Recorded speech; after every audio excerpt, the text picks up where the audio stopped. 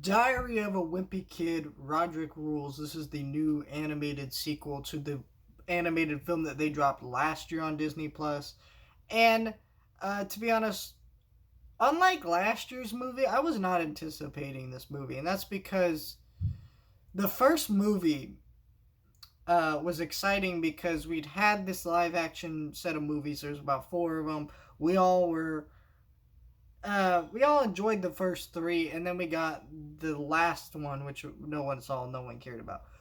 But what happened here was you get this odd sense of like this odd thing that happened where the live action films ended up being stronger than the animated one, which doesn't ever happen, but it just happened, and a lot of that had to do with how the animated film just brushed past everything that the previous film did, and it wasn't very long. It was only like 53 minutes or something like that. It was like not even an hour. And so, yeah, it just didn't do a great job pacing wise. The story was weak.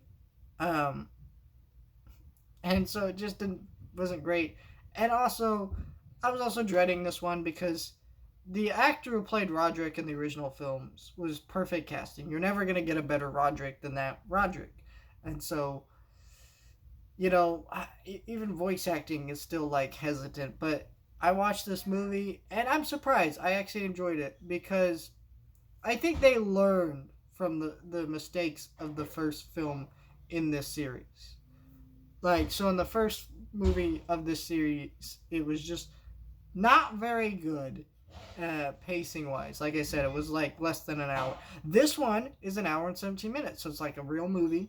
It opens that up, spaces it out, and you get the full story. And that's good. I didn't feel rushed through the story at all. I felt like everything flowed naturally into each other, and that worked fine. Also, they didn't try to copy the original movie beat for beat completely. They changed things up. They added new things. Now, how much of these things were from the books, I don't necessarily know. I'm not here to talk about that. I'm just saying. So this isn't a one-to-one remake where you're gonna know everything that happens exactly the same as the first movie, and I think that makes it a lot better for people who are fans of that. And yeah, I think this is a fun movie. I like the animation. Actually, also looks a bit better, too. And so I think they did a nice little upgrade with this one, and I think it's a lot of fun.